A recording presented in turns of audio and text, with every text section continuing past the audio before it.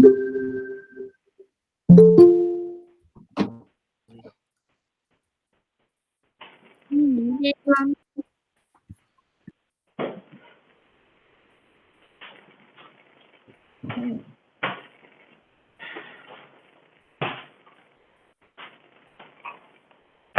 morning, everybody. It's nice to see all of you. I just left the middle school coffee, which was a great chat. I really appreciated, for those of you who were part of that, I really appreciated hearing your stories. I think it helps. I really feel like the continued conversations that I have with folks, both parents and other colleagues from different schools here in Delaware and across the country, as well as my colleagues at St. Anne's, having conversations where you can hear from people in some ways just reaffirms, what we're feeling and what we're dealing with, and helps us feel like we're not alone. But it also gives us opportunities to lean on each other and get some support and some advice as well. So as I said, today I really wanted to kind of focus on you as the parents and what challenges you might be facing. If you had an opportunity to read the email that I shared on Tuesday evening, I kind of took it back to the basics of talking about Maslow's hierarchy of needs, which in a basic psychology class, it's one of the first things you learn. It's also something as educators we learn in terms of being important at the core for meeting the needs of our students. And I wrote that with the students in mind, but I also wrote that with you as parents in mind, because I really firmly believe that if we don't take care of those personal needs for ourselves as well as our kids, we're really not going to be able to reach our maximum potential, or even really to kind of step forward. Because right now, I'm not even sure the goal is meeting maximum or optimal potential. For some of us, the goal is survival. And so I think, we have to be reminded of that. And it's one of those things that seems like common sense, but it's really easy to let that go by the wayside. And so I really wanted to share that and focus on that theory as we talked about the challenges that we're facing. I don't know if any of you were in attendance, but a few years ago at St. Anne's, probably Lisa Bloomfield might be able to help me with this, but maybe about 4 or 5 years ago, it might have even been more than that, we had a speaker come. Her name was Chrissy Positek, and she's an author, and she is a behavioral therapist who works with kids. She does a lot of wilderness therapy, but she wrote a book called Brave Parenting. She's also since written another book called Brave Teaching, and she has some really interesting theories. They align. If you've ever read the book The Blessing of a Skinned Knee, in talking about theories of building resilience, both in children and in adults, she has a lot of really down to earth, basic techniques and tips. And so she actually was hosting a webinar the other day. I had met Chrissy in New York City at a book event right before she came to speak to St. Anne's, and I was so impressed with her. I'd reached out to her to have her come and talk to us. And so I participated in a webinar that she offered earlier this week called Strengthening Your Parenting During a Pandemic. And she went back to her 4 key concepts of parenting and helping children develop resilience. And they were essentially creating safety. So tied right into that Maslow's hierarchy that I was talking about. And I wrote down a statement. It was so powerful to me. I kept rewinding it in the webinar and listening to it again as I wrote it down. And she said, routine and predictability create emotional safety for kids. Anxiety then goes down, and available for learning, for energy for learning goes up. Let me read that one more time. Routine and predictability creates emotional safety. That allows kids' anxiety to go down and available energy for learning to go up. So I say that because anxiety is at an all-time high right now for our kids and us as adults. And it kind of goes like a roller coaster. It ebbs and flows. There's some days where you may see your kids don't seem impacted in any way. They're just going about their day. And you think things are great and we've got this. And then all of a sudden, out of the blue, it just comes crashing down. And so when that happens, I think we really want to go back to remind ourselves about that routine and that predictability and that level of safety, whatever it looks like. And we can't push the kids into something academic and highly cognitive if they're feeling a state of angst or state of heightened anxiety. That's where we have to really sort of stop things, go back, and go down to the basics. And it will be okay. It will be okay if they miss a day of learning, if they miss a day of academics. It is not going to completely throw them off or set them back.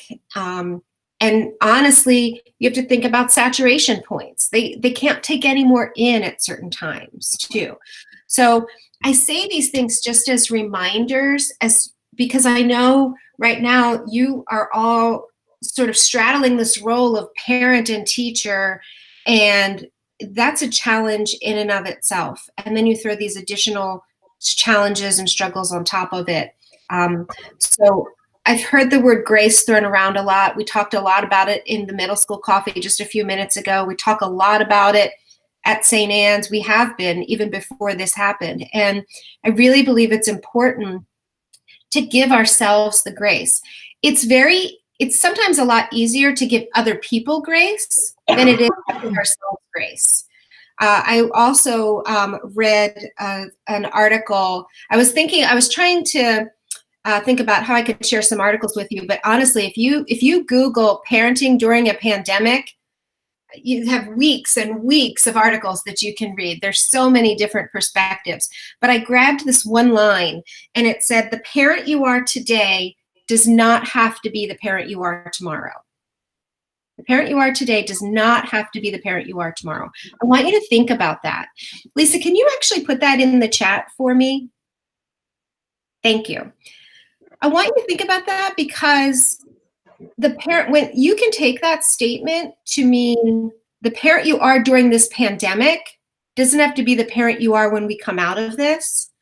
Or you can take that statement to mean the parent you are today, on the day where you feel like you're losing it and you can't keep it all together, doesn't mean that you're going to be that parent tomorrow when you've had a chance to catch your breath and give yourself some grace and come out of this. So I encourage you to have some of these mantras, some of these thoughts that you can grab onto, especially at points of struggle.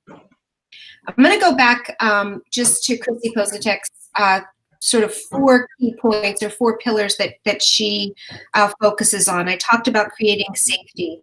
The other one is emotional attunement. And right now, our kids are having that roller coaster of emotions that I talked about.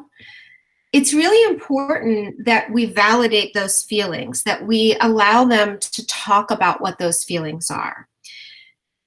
And by doing that, we acknowledge how they're feeling, but we also can develop behavioral boundaries, which is the 3rd pillar that Chrissy talks about. Because it is okay to feel a certain way, but it isn't okay to act a certain way. So if you're encountering any issues at home with your child, perhaps behaviorally, where they're acting out or they're not adhering to maybe some of the rules and expectations of the household, it's important to have conversations around why that's happening and what is causing them to feel a certain kind of way.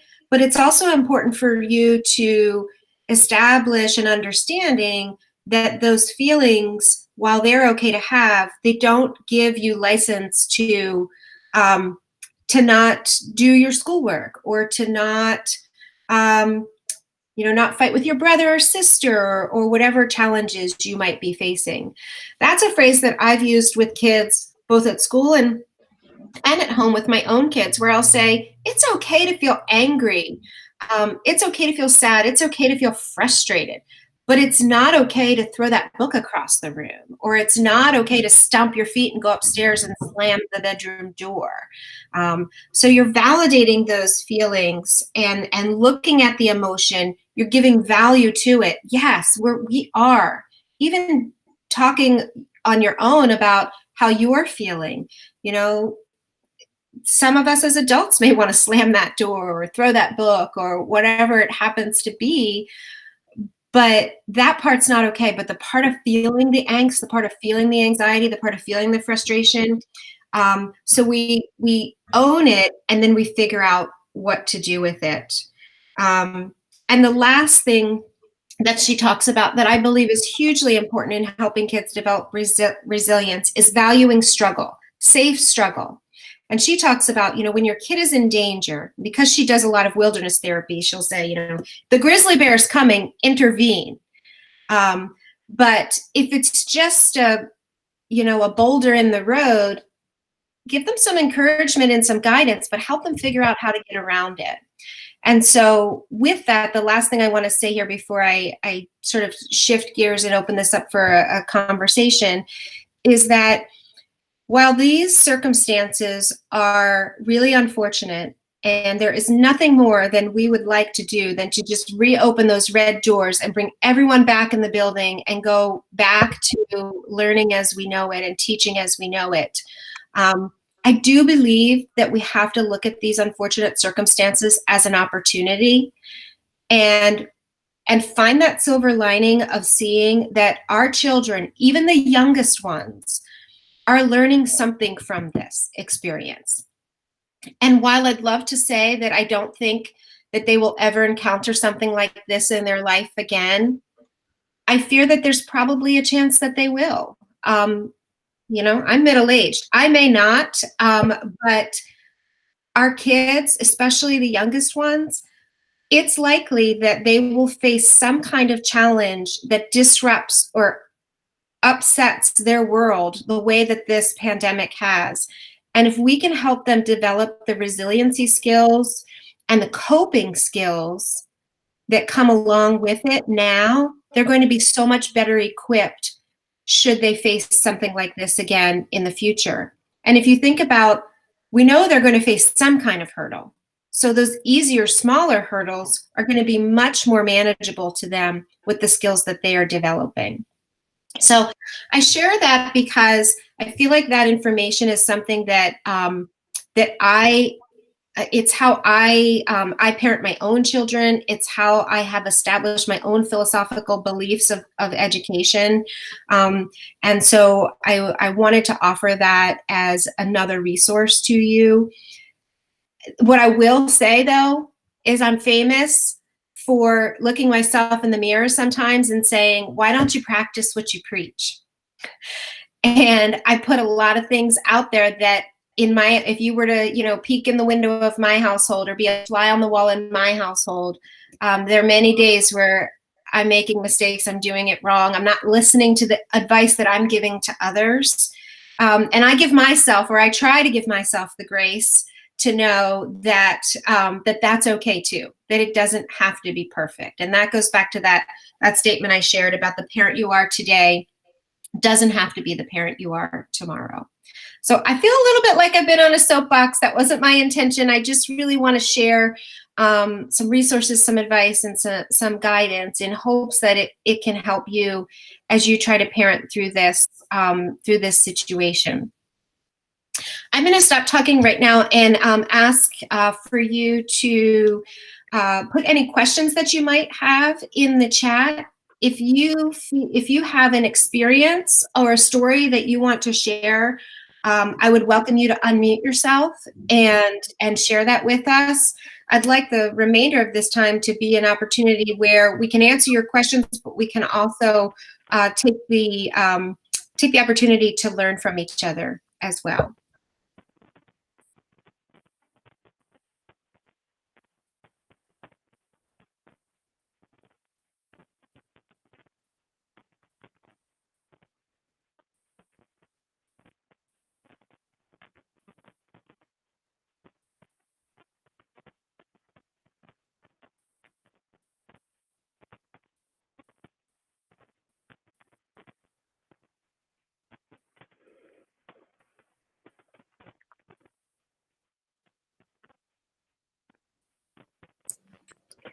Val, just to piggyback on, oh, I'm sorry. No, go ahead, Lori, go ahead. I was just going to say that we, the other day, had a conversation about the where our feelings might kind of overlap, where being angry at your sister for things that you wouldn't usually be angry at, instead it's actually sadness that's being interpreted or conveyed in a different way. And so we've tried to make it a very safe space where we can talk about things that maybe happened 2 hours earlier that we can kind of process, you know, and make sure that I think in particular, like my daughter, who may be trying to help in certain situations, the reaction may be, I don't want your help. I don't, you know, and getting angry where it was coming from such a good place. But, you know, my son might just not really know how to convey what his true feelings were. And that was sadness that he couldn't do something, or sadness, I think sometimes, like with Cooper, my 4th grader, it's seeing his friends and not being able to touch, run around, feel, you know, right, be there with him. And so 2 hours later, he might be angry about something that he wouldn't usually be angry about. So we've had to talk about, like, that, you know, what he is reacting to is sadness of not seeing, being able to see those friends in person, and just making sure that they know that those feelings that they're having are not wrong. And it's okay for us to be in those feelings, and to not, to realize that that anger is actually something else that's happening inside. That's a great point. If the emotions get kind of muddy and mixed up, it's hard to identify them sometimes, I think.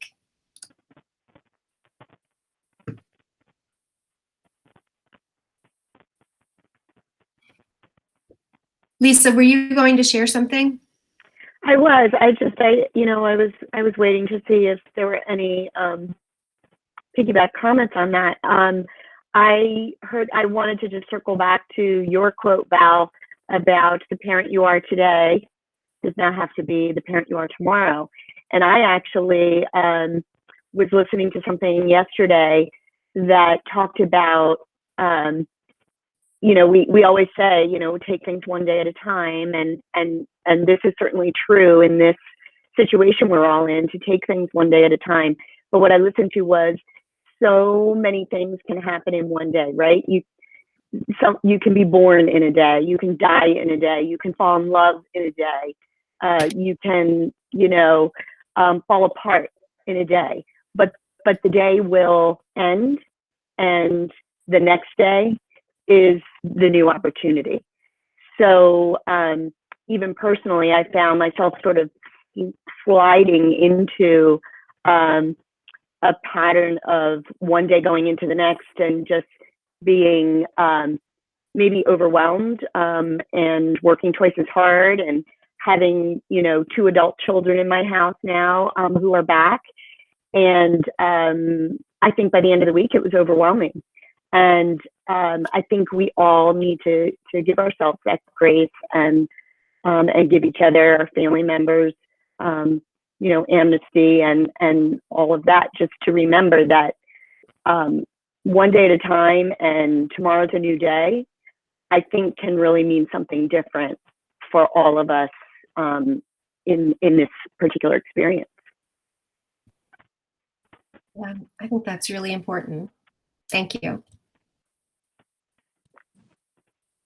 I just add that in terms of what you normally might do or entertain or kind of see as a dividing line kind of between, you know, what your kid enjoys and what you kind of let them do and see, and where you're usually like a bit of a fly on the wall in terms of things that they're interested in.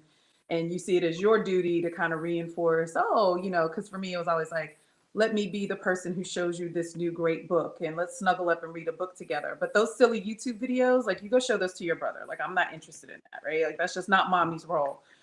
And what I found during this time is that I have to sit around and watch some of the silly videos. Like, you just there's just some things that I have to do to make him, Jackson, feel like the things that are keeping him sane, that I appreciate them and I validate them and I plug into them and we share them, because to what you're saying, we usually share that with are the ways that he would exercise his social connection. He doesn't have that. And so I have to be a part of that in a way that I've felt very comfortable not being a part of before, because I saw myself as adding value in other ways. And think that a little bit and indulge in some things that maybe I wouldn't necessarily always indulge in. And a lot of those things are screen time. So I appreciate the post you just did, right? Is, for me, I saw myself as, I'm going to be the person that, X's out screen time, right? Like, are engaging together is definitely not going to be on a screen. And so just having to rethink some of those things, soften my position on some of them so that I could create value in the relationship in other ways that maybe I didn't necessarily put a lot of onus on before. Yeah, that's an excellent point. And the post that I put in the chat, there's two. One is about giving yourself grace, and the other is from the New York Times about agonizing over screen time. And actually, there are some pediatricians that weighed in on that, and I think I know it was a concern of mine, and it was a concern of many parents as we try to limit that. But after I read that, it kind of let me sort of take an exhale and realize, we're not really damaging the kids by having them be on increased screen time for this remote learning right now.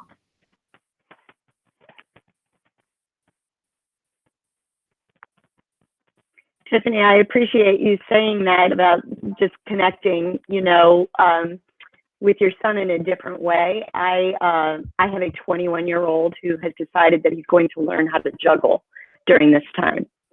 And, watch this trick, mom, watch this is still happening at almost 20 years old.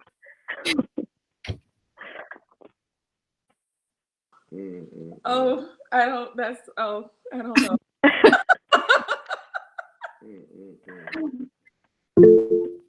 Well, and for those of you who don't know, I have two girls. My daughter Ava's in 7th grade at St. Anne's, and my daughter Abby is a sophomore in high school. And, I'm not well, some may say I can be a control freak, but I don't think I'm entirely a control freak. So cooking and baking has been something in our house, and the fatigue factor for sure. Tiffany, I heard you mention that in the middle school meeting. I've had to let go of, going to bed with the sink full of dirty dishes because they've baked 3 different kinds of cookies and I'm exhausted, and, who's going to eat these cookies? Who cares? It was something that, they enjoyed and they had fun with. And so I definitely feel like I've had to sort of release some of the control there too, in just having them find the things that they're going to be passionate about and that are going to engage them right now. And I think the more we can let them do that. For my own kids, one of the things I've noticed is that they each have their own phone and they spend a lot of time chatting with friends on it. But I think the amount of screen time that they have to have between school and my girls have virtual dance classes. They actually are choosing those things like baking cookies or painting or, acting silly, having a little sleepover in their room because they're seeking out non-screen time activities. And so to your point also, Tiffany, I've tried to engage in some games or some other things that would typically not be my cup of tea, but, do them because I can tell that's what they're craving right now.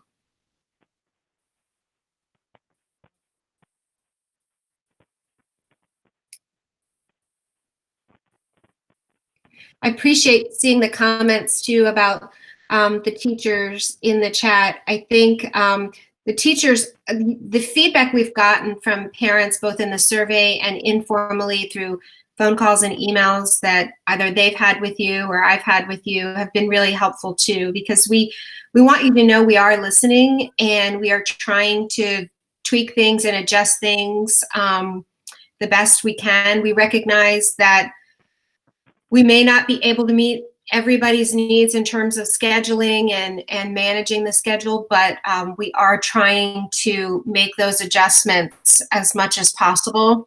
And as we meet as a team of teachers, we also are continuing to look at how we move the dial forward for these kids and how we continue to provide instruction that is I spoke about this before, the must-haves, that we're really focusing on the must-haves and looking at the practice that they need to be able to do independently, and then engaging them in some of those key concepts, particularly in the lower school, that are going to help them move forward.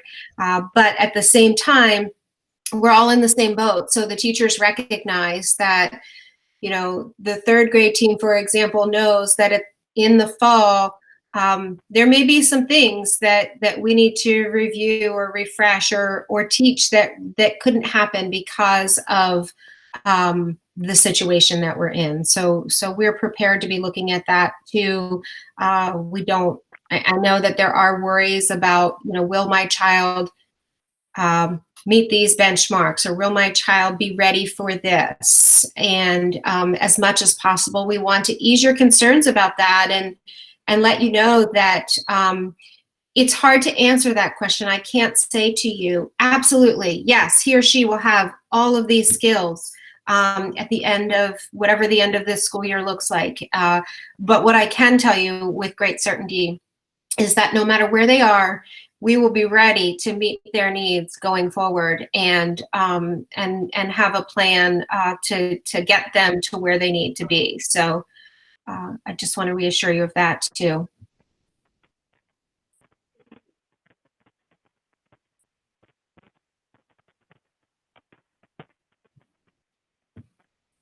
Does anyone have any other questions that you'd like to put in the chat, or stories that you want to share? Chris, yes. Hey, morning, everybody. Good morning. I was just going to share something that I shared with our boys, and I mentioned it to some friends when I was talking a few days ago on a Zoom chat with my friends. They found it helpful, so I was like, maybe I should do that as well. But we've got a middle schooler in the 8th grade, and then Jackson is in the 3rd grade. And so I was talking to the boys, and Jackson was very frustrated. He had a little bit of a meltdown, and that is putting it mildly. We had been having multiple conversations about Corona in various ways, because you want them to feel educated about what's going on. And he had a revelation in the middle of one of those where he realized that there wasn't going to be a field day, and it imploded in the moment. It was a jovial conversation for everybody, and all of a sudden he had a revelation. He was like, "Wait, we might not have field day," and we were like, "Might not have field day," and then that was just like the crater. Like, he had not considered that as a possibility. And so I was talking to them, and Jaron, the middle schooler, he's had some reservations and anxieties, of course, about thinking about high school, because he's getting ready to move into 9th grade. He's like, "Am I going to be prepared? Like, am I going to really have what I need?" And so I told them both. I was like, "So here's something to consider. I understand that you feel isolated, because, like, am I getting something that other kids aren't getting? Am I going to stand out? Because kids worry a lot about like being weird, or being seeming like I'm doing something nobody else is doing. So here's an experience that you can take to heart. Every kid in the world is going through what you're going through right now. So you're not alone in that regard.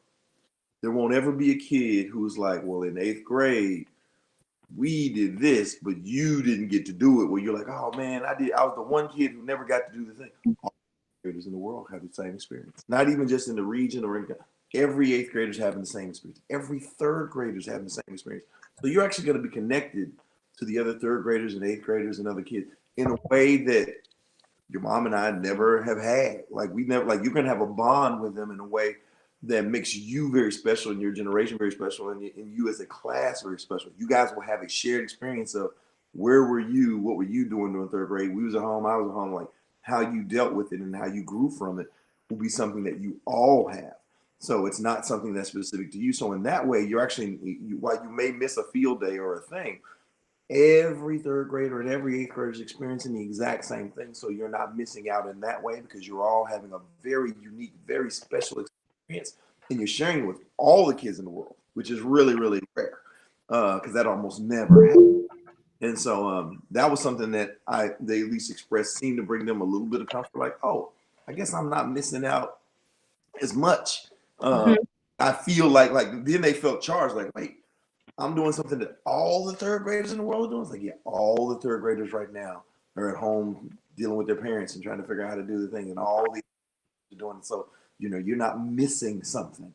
And so I would say to maybe share that if that helps your kids feel like they're not, because it help deal with some of that anxiety. Like, I'm strange because I'm missing something that everyone else is having. It's like, you're not missing the dance. Everybody's missing the dance. You're not missing field day. Everybody's missing field day. Like, you're going to all be in alignment going forward. And as a generation, you're going to have that, together. Yeah, that's an excellent point. Well, one thing that I wanted to share. One thing that I wanted to share, just in the same line. I spent a lot of time talking with heads of other schools and colleagues from other places, and the same conversations and the same concerns are taking place in those conversations. So, for instance, on Wednesday, we have a we have a Google Meet or Zoom meeting with the National Association of Independent Schools, and there's a number of teachers, there are administrators, heads of school, and the conversations are the same. Everybody is talking about, well, what is it that you're doing in your school? And everybody's trying to find out if there's something that you're doing that's a little bit different, that allows for there to be more normalcy and more of a routine. Everybody's talking about things that allow for the kids to still be a part of the culture and to maintain the culture of the school. So when I talk to folks about us doing these chats on Saturday mornings, that's something that is a big deal for them, because many are not doing anything even remotely. When I talk to them about pod devotions, or I talk to them about chapel, that's another thing that resonates, because most of them are not doing that type of a thing. And so when I sit by myself and I'm thinking about just everything that we've got going on, I'm constantly looking at what are the things that are going to move the dial forward for us when we come out of this whole experience, because we're gonna come out of it, and there is no such thing as staying exactly in the same place that you were in when this started. There are two things that can happen.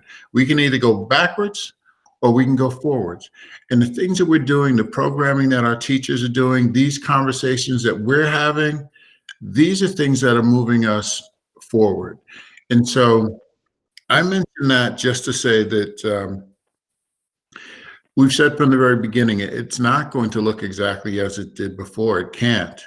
But know that with your input, we're going to continue to work hard, and we're going to continue to build on the culture and the climate of St. Anne's.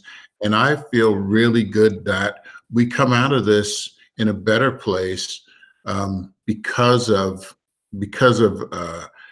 us not being, as much as we are sequestered, so to speak, or quarantined, we're still working as though that's not the case in terms of looking at how we move forward. So anyhow, I'll stop rambling on, but I just wanted to share that with you.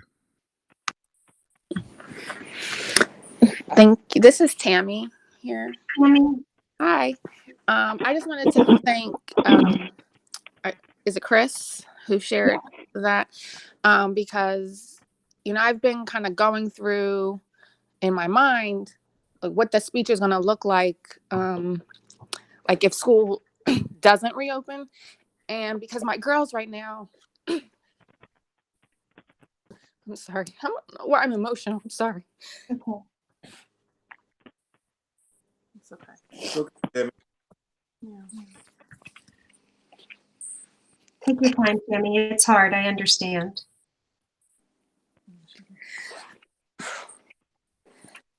So they think that school's going back, and I have chosen to just roll with that for right now, because it's what's keeping them kind of going. Like this expectation. But I also know that, I am going to have to start preparing them in the case that it's not, because they too, like you mentioned, field day and all these things, that hasn't even crossed their mind that certain things won't happen. Certain things do, like, oh, are we going to do the robots? Are we not going to get to do that because there might not be time when we get back? Things like that. So we address that, and I'm reassured them, like, it may not happen, but your school is so good that they will not necessarily make up for it, but they will. You go to a school, you're fortunate to go to a school that you do, because they are so flexible, and they will try to make milestone experiences that you've been looking forward to. They'll try to make them happen in some way. It might not look the same, but they're really good about understanding the traditions and the things that are important to you guys. So I really kind of want to say, like, I appreciate that point of view. And they do understand that everyone is going through this, but I think that would bring it home even more from them, because they have a cousin who's in 12th grade and she's facing all the things that she may not get to experience. So these conversations have been happening. I think for me right now, it's like, because they've already experienced a great loss to the hands of the pandemic. So I'm kind of just don't want to like overload them with like all the potential loss as a result of it. And just kind of like baby step it as we have to deal with it. But at the same time, I don't want to do it like too late to where then it is like a big, it comes on too harsh and too sudden and no prep time to kind of process. I'm a believer in like letting them know ahead of time so they can process everything. It's just for us, I just don't want to load on the loss too heavy at a time. Like, I don't know, it's hard to explain, but I just appreciated your aspect of how you kind of handled it, and that they can feel solidarity with everyone else. And they do understand that everyone else in our class, like they understand that in their own little world that they're all going through the same thing, because they do get to chat with their friends and things. But I don't know. Tammy, I think you're going with your gut is huge in how you what your girls have on their plate, and what they can handle in any given time. So I think I understand, and I think I would do exactly the same thing in terms of not ripping the rug out from under them and saying, well, I really don't think you're going to go back this year, or whatever that looks like. I guess my advice would be to continue to take those baby steps and continue to try to read their emotions and what their needs are. And as a school, we're not even saying that we're not going to not come back for all those same reasons. We don't know, and we don't want to. We want to do what is safe and in the best interest of everyone. And but our goal is always to return as a community in some way. And we've been talking at the leadership level too about the emotional aspect of not being together, and what that's doing for our kids and our families. So also know that even if we can't return in a way that we would have anticipated this year closing, we are discussing ways that we can continue to connect our community, and when it is safe, or when there are modifications that can allow us to have greater connection, we're looking to do that. My daughter Ava, who's in 7th grade, actually she's with her dad this weekend, and she texted me this morning and said, "Mom, I'm afraid this is going to go into my 8th grade year." And you know, I didn't know how to answer that because I don't know the answer to that. And I go back to sort of validating those feelings, not painting a picture, not closing this with a bookend that I don't really know what it is, but just honoring the uncertainty as it stands right now, and doing exactly what you're saying, Tammy, about, you know, we're blessed to be in a school and in a community where this isn't about us looking at a calendar and picking a start day and an end day and just closing the door on that end day and saying, "Oh, well, we're done now." There's so much more to who we are as a community and why we are together. It isn't just about, you know, covering all the concepts in math or reading. It's about who we've become as a family. And so there are things that we will need to do and will want to do as a school to bring us together in some way. And I hope that even if the disappointment of maybe not returning to a classroom that looks exactly the way it was when they left is there, that there are ways we can find comfort in knowing that we are going to keep those connections strong, and we're going to look for those opportunities. And I'm seeing your comment about that. Sorry, Barry, just one more quick thing about the emotions. And Tammy, I hope that you know that this is a safe place, and I know how hard it can be to be vulnerable like that, and I understand you were trying not to let that come out, but this is a space where you're loved and your girls are loved, your whole family is cared about, and so it's okay to be emotional. I know we're all feeling that way, and I want you to know that we're all here for you. Thank you, guys. So one thing that I just wanted to add to what was said. It's so important for you to share what's on your mind and how you feel, because I mean, this has been said a lot. This is unprecedented. So I think one of the great things about St. Anne's is that we have a community that is not so large that we can't do certain things. I mean, when I hear your thoughts, Tammy, and when I hear the thoughts of all the other parents, all that does is it comes into our meetings when we're having our leadership meetings and we're talking about how we move forward. Those are the things that come into the meeting. So for instance, right now we have to have about 3 or 4 different plans because we don't know which scenario is going to take place. And in each one of those plans, we're going to make sure that we're hearing what parents think. We're going to make sure that we're paying attention to what is going to be best for our kids. As I said, I talked to a lot of different people. I talked to someone last night, and they've got like 5 or 6 different plans. This is a school in New York. They've got like 5 or 6 different plans for how they're going to re-enter, whenever that re-entry happens.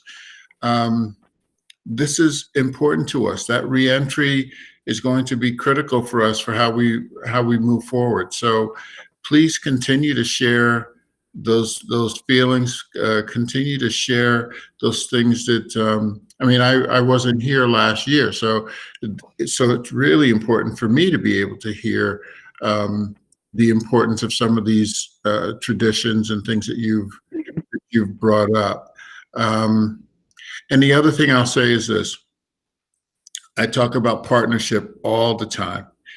You can only tell how good the partnership is when things are getting a little bit frazzled. I mean, right now this is when we can find out as a community, how good are we as a community? I think we're very good as a community. So we're going to continue to share, we're going to continue to talk, and we're going to continue to make sure that the plans that we make include, the views of our entire community. So, so thank you again for your thoughts. I appreciate it.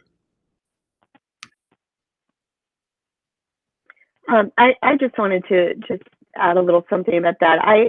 I am sitting in many meetings all week on both sides, lower school and middle school, primary school, leadership level, and I'm always amazed that while we may start talking about academics and program and what are we doing this week for kids, the conversation inevitably always turns to the social emotional needs of our kids and our families.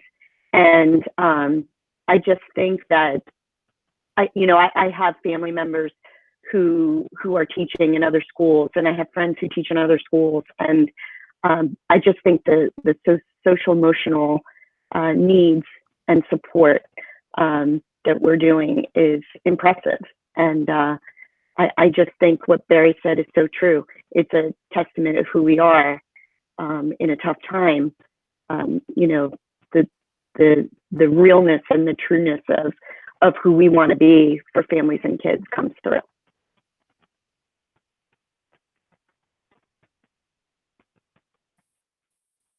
I couldn't agree more. I would just like to throw in a thank you to Tammy for your extraordinary bravery, because whether you are able to fully embrace it and appreciate it or not, you did what we all do. Okay. I cry on a regular. You can't be charged with the future of a young spirit and try to figure out how to tell them that the world is their oyster, and then turn on the news and look at the death count and look at the world exposure and try to figure out how you express to them that they can do everything and be anything that they want to be, and then figure out how to communicate that to them when they can see the TV. So we all crying. There's not a person who doesn't thank you for your bravery in sharing what we all have felt and what we all have been feeling. We come together and congregate on these virtual coffees because everybody has very limited time. And so in the time that you have, you try to coalesce and find out positive ways. But in the quiet hours, in the recesses of your mind, you flip on the TV, and somewhere between a commercial and an ad, and you look at the number and you go, I didn't know the number had got that big. I only had like 2 meetings. How did it get that big in 2 hours? Like, the emotional impact is extraordinary. So we all know it takes a village. What we usually mean is a hands-on village, not a virtual village. And so we're learning, because we are adaptive creatures, into how to fulfill our needs. But please don't feel alone. Please don't feel like you're feeling something or expressing something. There's not a person in here. The beauty of a virtual chat like this is, you know that everybody on the call is here because they really love their children, and they really want the best for them, and they really care about the future. And everybody on here, by virtue of that, has shed a tear or multiple tears on a regular basis. So I thank you for your bravery in sharing. We all have been, it's a tough time, as Barry said, and to Lisa's point, it's a testament to Valerie's points. It's just, we're all doing that. So thank you.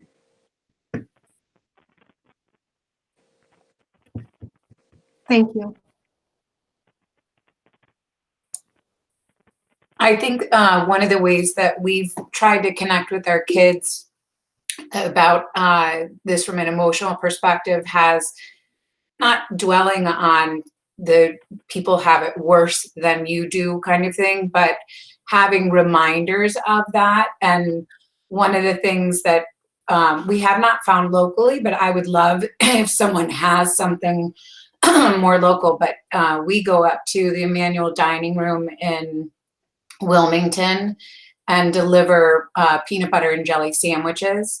And like today, we have 8 loaves of bread, and we have our little assembly line, and all of us do it together. It's another bonding thing that we do, but it's also a discussion, and we talk about who this is feeding and why. And it's a reminder to our kids that we are not only not alone, but that there are people that are suffering way beyond, what they could even comprehend.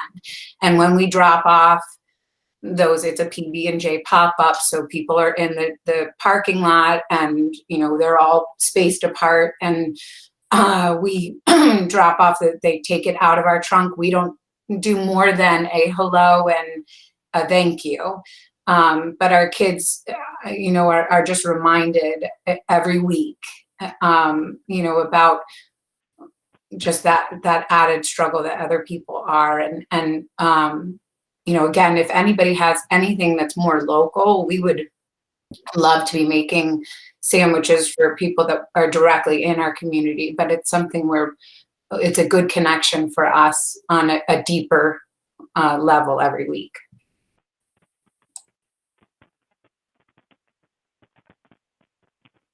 Thank you, Lori. Yes, we've, I'm not aware of a local organization in the same way that's currently open and receiving donations, but I agree. I think having that opportunity to reach out and also have our kids participate in that, there's the value in the intrinsic feeling of feeling like you're doing something good and giving back, and then the added awareness to so many struggles that folks are going through that we don't even know. And we just all have to try to be here for each other in whatever way that we can.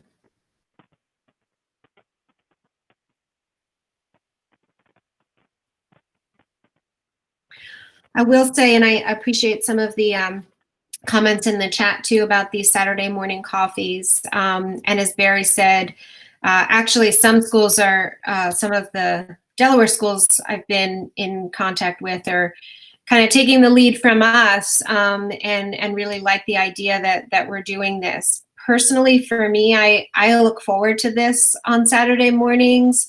I look forward to the opportunity to see the parents, and when the kids pop on, that's great too. But I look forward to this virtual connection. Most of you know this about me, I'm very much a people person anyway. And so to be able to see you and hear your voices and gather together like this, and just know that we're here for each other. And as I've said multiple times, we don't necessarily have all of the answers, but we are committed to working together to do the best we can for our kids and to do the best we can for each other right now. And the support of the community is huge for me too. And so I thank you for giving up this time on your Saturday morning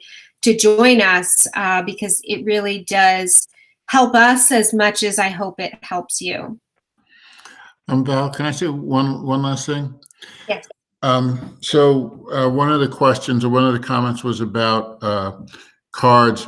I've spoken with a few medical professionals, and we talked about writing letters, sending prayers, pictures, whatever, to take out to the emergency, out to the hospital that's here in Middletown, out by the Wawa on Middletown Odessa Road.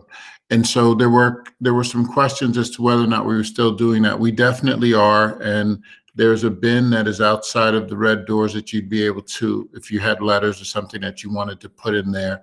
Also, there was a question about whether or not it was something that was safe to do. Someone had mentioned that, a virus can be on a letter or something. And I've spoken with the folks, and they said that this is so important that if they needed to wipe everything down, they were willing to do that. Or if they needed to have things sit for 2 or 3 days, they were willing to do that. What they said is that it is so important for these people to feel the positivity that is outside of that immediate community, because of the challenges of what they're dealing with on a daily basis. So yes, we are definitely still and going to be collecting letters or whatever, drawings, prayers, anything that you want to write to them. We're going to collect and take over. Okay. All right. Thank you. Thank you, Barry. Also, I saw another question pop up in the chat about preschool and how difficult this is for preschoolers. And I think we're seeing a wide range of emotions in preschoolers. Some kids, it doesn't seem to be affecting. It's sort of like an extended vacation. They're not really fully aware, but others are confused and not really understanding why they're not going back to school. And one thing we know from a child development perspective of young children like preschoolers is that they haven't fully developed a sense of time. So they don't really know in their little minds how much time has passed. So it can be even more complicated for them to understand. I do think that there is probably a certain amount of natural regression that can occur behaviorally with that. And Diane, I'd love to speak to you more, and maybe we could set up a time when we could talk, and I might be even having the teachers or Lisa join us, and we could talk about some strategies. It's not a one size fits all approach. So while I can give you some basic suggestions, I think it's better that we fully understand what Timmy's experiencing and try to work together on that. So I'll reach out to you, and we'll set up a time when we can talk. I appreciate the question. With that said, that goes for anyone who's experiencing some challenges. I know the teachers are reaching out and checking in, and lots of communication is going back and forth. But if anyone is feeling like they just want to talk and ask questions, and outside of this coffee, it doesn't have to wait for Saturday mornings, please just reach out to me, reach out to Lisa Bloomfield, and we will absolutely set up a time when we can do a virtual meet like this, or if you prefer just a phone call, that works too. But we're happy to listen and to try to problem solve and strategize how we can provide additional support. I know we've gone a little over our time, but I do appreciate everyone being here. Thank you so much. We'll hope to see you again next Saturday, and be well and stay safe, and know that we love you all. Say hi to the kids for us. Bye.